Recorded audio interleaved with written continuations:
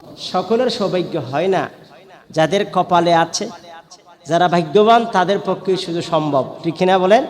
একটু আগে আসতেছিলাম, মাঠে মাশাআল্লাহ মানুষ বসা আছে খেলার জন্য। ক্রিকেট খেলা না বল খেলা জানি না, জুমার আজান হয়েছে, জুমার আজানের পর কোনো মুমিন কোথাও বসা টাকা হারাম। যখন নামাজের ডাক এসেছে, আপনি বসা আছেন, ইয়া আইয়ুহাল্লাযীনা আমানু ইযা নুদিয়া লিস-সালাত, সুবহানাল্লাহি ওয়া বিহামদিহি, নাদা এসেছে, ডাক এসেছে নামাজের, ফাসআউ ইলা যিকরিল্লাহ, আল্লাহর পথে, আল্লাহর শরণে বেরিয়ে পড়ো। ওয়াজারুল বাই', বেচা কেনা বন্ধ করো। সুবহানাল্লাহ। আজান হয়েছে, মানুষ মাঠে, মানুষ ঘাটে, মানুষ ব্যবসায়, মানুষ দোকান পাঠে।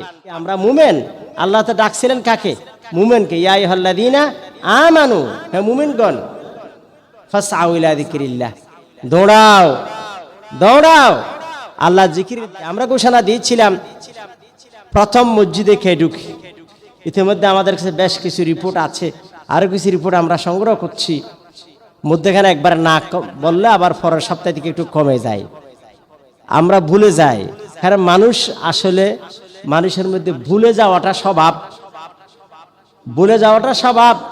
আদম আলাইহিস সালাম নিজেই ভুলে গেছেন, আমরা আদম সন্তান, আমরা ভুলে যাই, জন্য একটু স্মরণ করিয়ে দিতে হয়। ওয়াযাক্কির ফাইন্নাদ যিকরা তানফাউল মুমিনিন, আল্লাহ রসুলকে বলতেছেন, হে রসুল স্মরণ করিয়ে দেন, স্মরণ করিয়ে দিলে মানুষের উপকার হবে।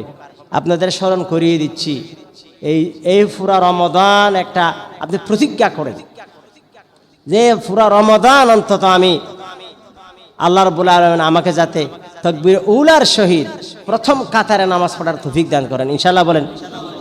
আমি প্রতিটা রোজা আল্লাহ আমাকে যাতে রাখার তৌফিক দান করেন, আমিন। আল্লাহ যাতে আমাকে রমজানে কোনো অসুস্থতা না দেয়, যে কারণে আমাকে রোজা ছাড়তে হবে, রাখতে পারবো না, এরকম কোনো সিচুয়েশন যাতে সৃষ্টি না হয়, আল্লাহর কাছে দোয়া করেন। আল্লাহ, আমি রমাদানে যাতে কোরআনটা অর্থের সহিত, অর্থ সহ একবার শেষ করতে পারি, আল্লাহ আমাকে তৌফিক দান করেন। তো রমাদানে যাতে আমি একটা করে হাদিস পড়তে পারি, আল্লাহ সবাইকে তৌফিক দান করেন। রমাদানে যাতে আমি প্রতিদিন আল্লাহর রাস্তায় কিছু দান করতে পারি, আল্লাহ আমাকে তৌফিক দান করেন। আমি করব আমার পরিবার সহ, আমি করব আমার সমাজ সহ, আমি করব আমার দেশবাসীকে নিয়ে। এটা উৎসবের সময়, এটা খুশির সময়, আনন্দের সময়। রোজা রাখবেন, সন্ধ্যার সময় আনন্দে ভরা একটা আনন্দঘন মুহূর্ত আপনি ইফতার করবেন, ঠিক কিনা বলেন? এটা আমার কথা না, রাসূলের কথা। আমি আজকের দিনটা নিয়ে, আজকের এইরকম একটা সময়ে রাসূল কি ওয়াজ করেছিলেন, কি নসিহা করেছিলেন, সে কথাগুলি আপনাদের জন্য নিয়ে এসেছি, সেগুলাই শোনাবো।